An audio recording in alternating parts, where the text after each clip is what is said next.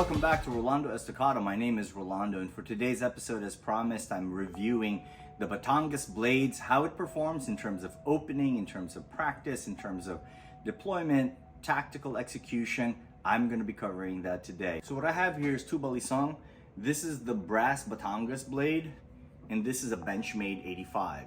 So I'm going to hold them up side by side over here. It's very different. This one, if I'm not mistaken, is just a little under 4 ounces.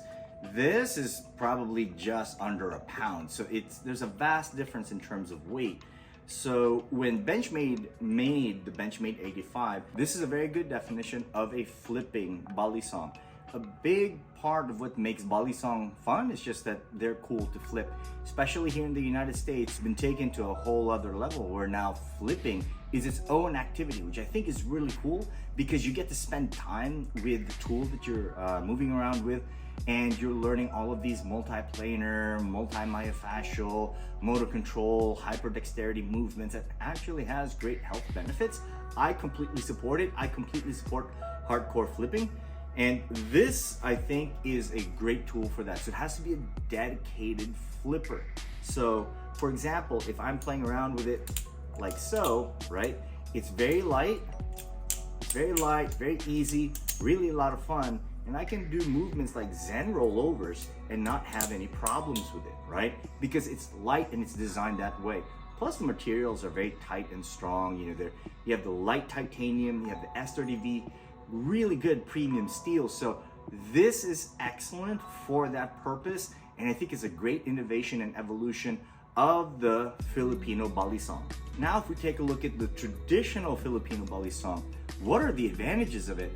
As a Filipino martial artist, it helps me understand how the Filipino martial artists in the early 20th century and mid 20th century, what kind of tactics that they had in order to survive that period. The Balisong, from what I understand, aside from it being a utilitarian tool, this was really a tool that was used in some instances in the code duello, meaning some people dueled with it. So I think that that's a really cool part of its history. But then to top it all off, this eventually became, after the fallout of World War II, it became the kind of tool that was necessary just to survive the very, very disorganized and violent streets of the Philippines, all the way up to the mid-90s and 2000s.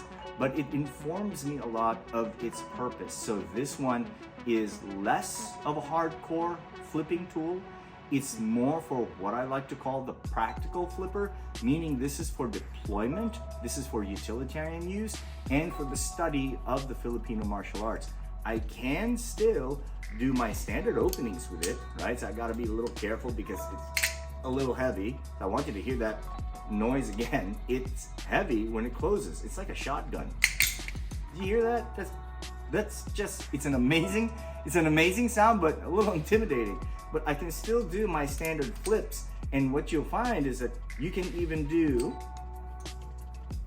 a Zen roll over with it. You saw that I could do it, but it's not an optimal flipping experience. Flipping meaning you have rollovers, helixes, aerials, although it can be done. I'm not a hardcore flipper, so you're not gonna see those kinds of flipping with it, but it does what it's supposed to do, which is it is part of a martial tradition, and it serves that purpose really well. So what I'm going to be showing today, some of the practical deployments for it, and honestly, I felt and observed that it really excelled there. One of the best source materials I ever found on the Balisong in terms of its traditional use was a book by Maestro Sunny Umpad. He was 125 pounds soaking wet. He was the founder of Visayan Corto Cadena, and he had real-life use of the Balisong. By the way, his back wall of weapons there is totally boss.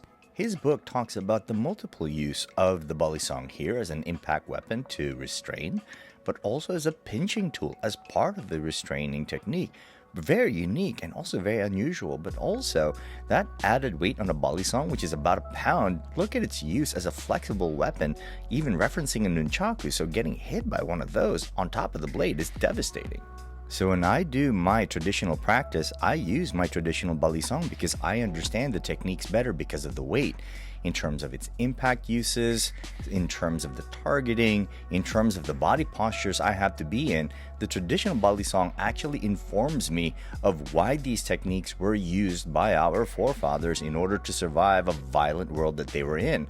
Going from impact weapon and then flipping over to a bladed weapon creates a completely different kind of skill and different respect for the Batangas blade, where openings from different positions is highly encouraged and requires a lot of skill and a lot of practice. So here, when I'm moving the balisong around in a traditional manner, I'm also thinking in terms of not just the movement and deployment of the blade, but also how it works as a flexible weapon, like the nunchaku reference. So if I'm doing a Hollywood opening here, I'm thinking nunchaku. I'm trying to hit a target there. I'm not trying to think of a lethal option. I'm thinking of the other options that makes it effective, but not lethal. But it also allows for a higher level of respect and awareness for a tool that was, back in the day, part of a traditional practice of self-defense. Really cool. So for example, here, when I use this is for a brachial artery. And then when I come up for an angle here, this is to the nerve cluster under the mandible. And if that doesn't drop the guy, then all right, I'm going to have to go ahead and open it and go into an ice pick. That's such a completely different skill that we as Filipino martial arts practitioners ought to be investigating again, because it informs us of how our ancestors who trained in the mid 20th century, what kind of environment they happened to be in. In this light, I view training with the traditional balisong part of a reclaiming of our lost heritage and our lost practices that informs us of the arts of our ancestors. For example, me walking here while doing the Hollywood opening, you don't necessarily see that anymore, where there's a combination of gross motor movements with a normal gait and normal walk, but then combining it with a high motor function like opening a balisong. In our time, this is something that we cannot do anymore, but in prior generations, this was normal. This was just a big part of what they did. It was just an expectation.